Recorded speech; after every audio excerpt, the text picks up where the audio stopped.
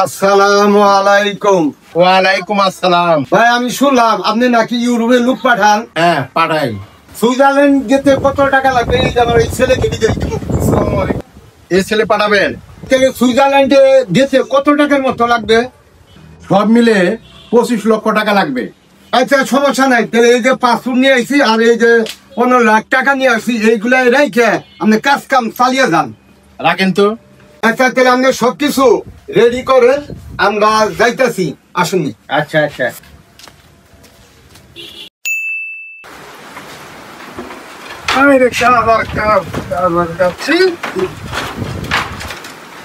আবার ফোন দিল বেড়া। হ্যালো জান, তুমি কেমন আছো? তাহলে আমাকে নিকা কিছু টাকা পয়সা পাঠাও, হয়ে যাবে ঘর বাড়ি ভেঙ্গে কেমন হয়ে গেছে গান, নইলে আমি তোমার মায়ের নিয়ে কেমনে থাকুম? আমার বাসার কোনো কায়দা নাই, তার কিছু টাকা দাও। আরে আপা ফোন টোন দিও না। কি টাকা পয়সা নিয়ে আবার আর ফোন দিবা না? টাকা পয়সা দেওয়া সম্ভব না। জান 25 লাখ টাকা দিয়ে তোর সুইজারল্যান্ড পাঠাইছি, কি এর তোর কাম ভালো না? খারো ওখানে আমি আদমের কাজ আনছি। ভাই ভাই আমার ছেলের কি বিদেশ দিচ্ছেন? আমার ছেলের অবস্থা তো ভালো না।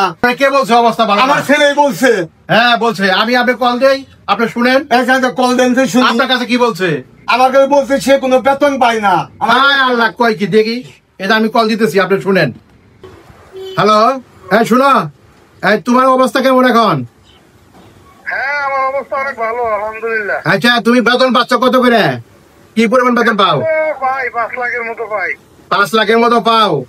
আচ্ছা আচ্ছা, ভালো ভালো থাকো। হ্যাঁ আচ্ছা ভালো থাকেন। শুনছেন? হ্যাঁ এই অবস্থায় আমার মতো এই কুকলঙ্কার ছেলে আপনারা কেউ বিদেশ দিয়ে সর্বহারা হয়ে না।